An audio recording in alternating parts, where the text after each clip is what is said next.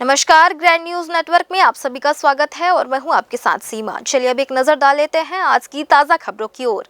बिलासपुर संभाग के सबसे बड़े सरकारी अस्पताल सिम्स में एक बार फिर अव्यवस्थाओं को लेकर परिजन नाराज नजर आए। मामला अस्पताल में भर्ती मरीजों को बेडशीट न मिलने का है। मरीजों के परिजनों ने आरोप लगाया है कि जब वे अपने परिजन को भर्ती कराने पहुंचे तो उन्हें साफ सुथरा बेड देने के बजाय बिना चादर वाला बेड दे दिया गया। सरकारी अस्पतालों में आने वाले अधिकांश मरीज गरीब या मध्यम वर्ग के होते हैं। ऐसे में उनकी छोटी छोटी जरूरतों का ध्यान रखना बेहद जरूरी है। परिजनों का कहना है कि अस्पताल में गंदगी पहले से ही बनी रहती है और उस पर यदि बेडशीट न दी जाए तो मरीज को संक्रमण का खतरा और भी बढ़ जाता है। चर्चा के दौरान मरीज के भाई ने बताया कि उन्हें साफ सुथरी बेडशीट नहीं दी जा रही, जिसकी वजह से उन्हें काफी समस्याओं का सामना करना पड़ रहा है। उन्होंने इस पर उचित कार्रवाई की मांग की है। मेरा भाई सुबह एडमिट हुआ, उसे सांप चाप दिया है। तीसरा में भर्ती था रूम नंबर, उससे दूसरा में रिफ़र किया गया है। उसके बाद यहाँ बेडशीट का सुविधा नहीं दिया जा रहा। बोलते हैं साहब, बोलते हैं कुछ चीज़ नहीं है। तो अब देख सकते हैं क्या करना है, कैसा करना है। तो बेडशीट नहीं दे रहे हम लोग, यहाँ बोल रहे हैं तो साहब मतलब मना की जा रही है, यहाँ कुछ नहीं है, सुविधा नहीं है। बोल रहे हैं सीधा सुविधा ही नहीं है, चद्दर ही नहीं है यहाँ पे। इस मामले में जब सिम्स के अधीक्षक से बात की गई तो उन्होंने आरोपों को नकारते हुए कहा कि अस्पताल में पर्याप्त मात्रा में बेडशीट उपलब्ध है, बेडशीट की कोई कमी नहीं है। उन्होंने कहा कि सभी वार्डों में रोजाना साफ सुथरी चादरें दी जा रही हैं। पर्याप्त मात्रा में हमारे बेडशीट उपलब्ध है और मरीजों को बेडशीट दिया जा रहा है। कई कई वार्ड में परिजन के द्वारा मांग किया जाता है तो वो कई बार हम लोग परिजनों के लिए वो नहीं देते, परिजनों के लिए वो अपना व्यवस्था करते हैं, लेकिन मरीजों के लिए पूर्णतः हम लोग यदि मरीज के लिए मांग रहे हैं तो मरीज के लिए पूरा दिया जाता है और पर्याप्त मात्रा में बेडशीट है। आपका कहना है कि वहाँ पर बेडशीट में किसी में बेड में नहीं बिछे हुए थे, तो वहाँ यदि मरीज नहीं होगा इसलिए उसको नहीं बिछाते, क्योंकि अनेसली अटेंडेंट उसमें सोते रहते हैं। सिम्स जैसे बड़े अस्पताल में इस तरह की शिकायतें नई नहीं है। पहले भी मरीजों को समय पर दवा, जांच रिपोर्ट और बेड की सुविधा न मिलने की खबरें सामने आती रही हैं। स्वास्थ्य सेवाओं में सुधार को लेकर सरकार लगातार प्रयास कर रही है, लेकिन जमीनी स्तर पर लापरवाही और संसाधनों की कमी जैसी समस्याएं मरीजों की परेशानी का कारण बनती है। ग्रैंड न्यूज के लिए कैमरामैन अमर ध्रुव के साथ भारतेंदु कौशिक की रिपोर्ट। एनटीपीसी सीपत में कार्यरत श्याम साहू की मौत के बाद एक और विवाद खड़ा हो गया है।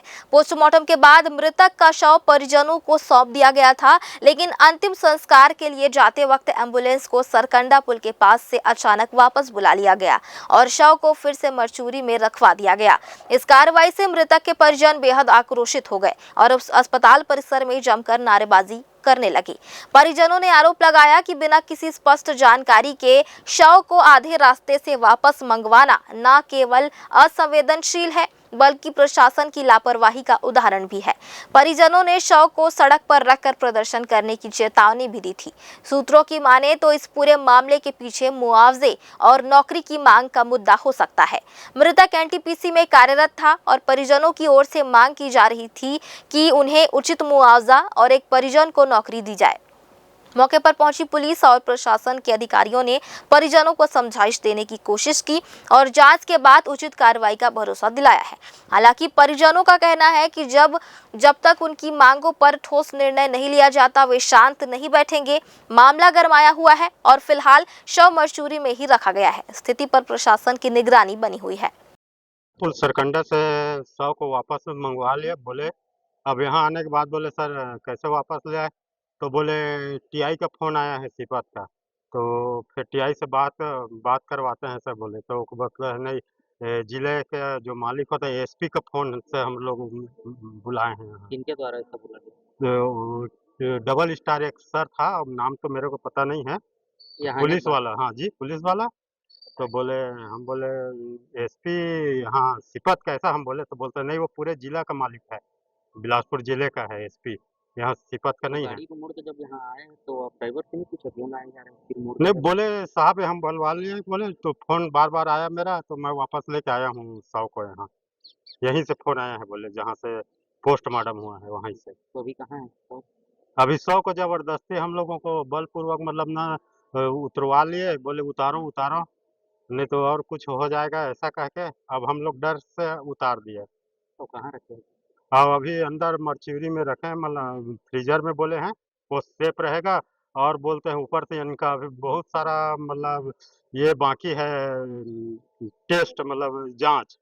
कल वो पूरी तरह अच्छे से जांच हो लेगा, उसके बाद आपको बॉडी देंगे। तखतपुर में हर साल की भांति इस साल भी राम सप्ताह का आयोजन किया गया। आयोजन के अंतिम दिन जुलूस निकालकर नगर भ्रमण करते हुए राम सप्ताह का समापन किया गया। नगर भ्रमण के दौरान जुलूस में दूर दूर से आए दर्जनों भजन टोलियों ने मदार की थाप से नगर में जमकर कीर्तन किया। आपको बता दें कि प्राचीन समय से नगर में राम सप्ताह का आयोजन किया जा रहा है, जिसका यह 94वां वर्ष था। जुलूस में आयोजन समिति और भजन मंडली टोली का हौसला बढ़ाने और उन्हें सम्मानित करने क्षेत्र के विधायक धर्मजीत सिंह भी मौजूद रहे। उन्होंने आयोजन समिति को राम सप्ताह के सफल आयोजन की शुभकामनाएं दी और मंच में मीडिया के माध्यम से उन्होंने आश्वासन दिया कि आने वाले वर्षों में इस आयोजन को और बेहतर तरीके से किया जाएगा, जिससे नगर में एक धार्मिक माहौल और अच्छा वातावरण बना रहे। तखतपुर का गौरवशाली इतिहास है। यहाँ पिछले 94 साल से राम नाम के सप्ताह का जुलूस भव्य रूप से निकाला जाता है। ये मेरा सौभाग्य है कि मैं इस कार्यक्रम में आज इनके सम्मान के लिए और भगवान राम के प्रति अपनी आस्था व्यक्त करने के लिए उपस्थित हूँ। ये हमारे लिए बहुत ही प्रेरणा का क्षण है और हमारे लिए गौरव अनुभूति का क्षण है। मैं इस कार्यक्रम के आयोजकों को बहुत बहुत बधाई देना चाहता हूँ। एनटीपीसी सीपत प्लांट की यूनिट क्रमांक 5 में बुधवार को हुए दर्दनाक हादसे में अब तक 2 श्रमिकों की जान जा चुकी है।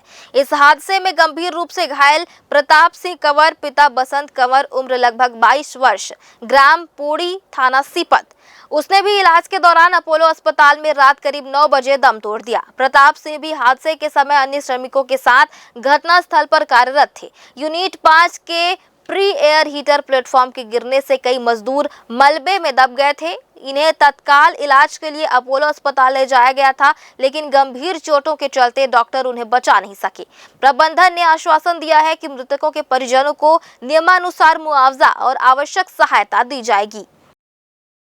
बॉयलर में काम करत रहे और बास्केट निकालत रहे और वो क्या बोलते हैं से बनी रहती है स्ट्रक्चर पूरा मतलब लोड रखने का, उसमें सामान रख रहे थे और मतलब 6 बंदा थे, तो एक बंदा उधर था, एक बंदा अंदर में थे, 4 लोग वही थे। तो 4 लोग में से वो सीधा नीचे गिर गया और जब गिरा तो उसमें 2 आदमी नीचे गिर गया, 3 आदमी वहीं ऊपर फंस गया था।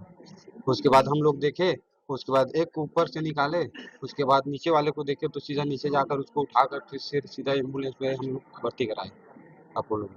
कितना लोग एक्सपायर हुए? अब 2 लोग एक्सपायर हो गए, श्याम भाई और प्रताप सिंह कंवर दोनों।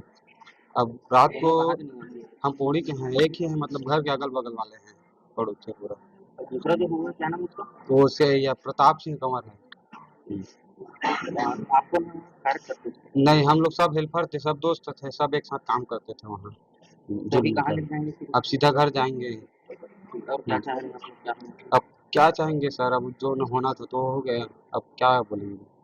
ठीक, मुआवजे की मांग हो वो हो गया, सब बात हो गई है उधर।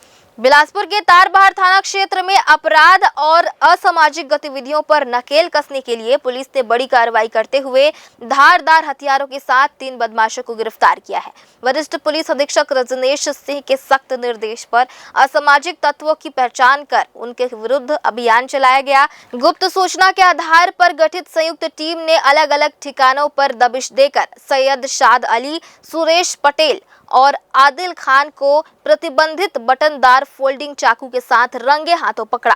तीनों के खिलाफ आर्म्स एक्ट के तहत मामला दर्ज करते हुए कार्रवाई की गई है। इसके साथ ही 2 अन्य संदिग्ध व्यक्तियों वीरेंद्र कुमार गेंदले और साजन सिंह ठाकुर पर प्रतिबंधात्मक धाराओं के तहत कार्रवाई की गई। पुलिस ने इन सभी आरोपियों का जुलूस भी निकाला।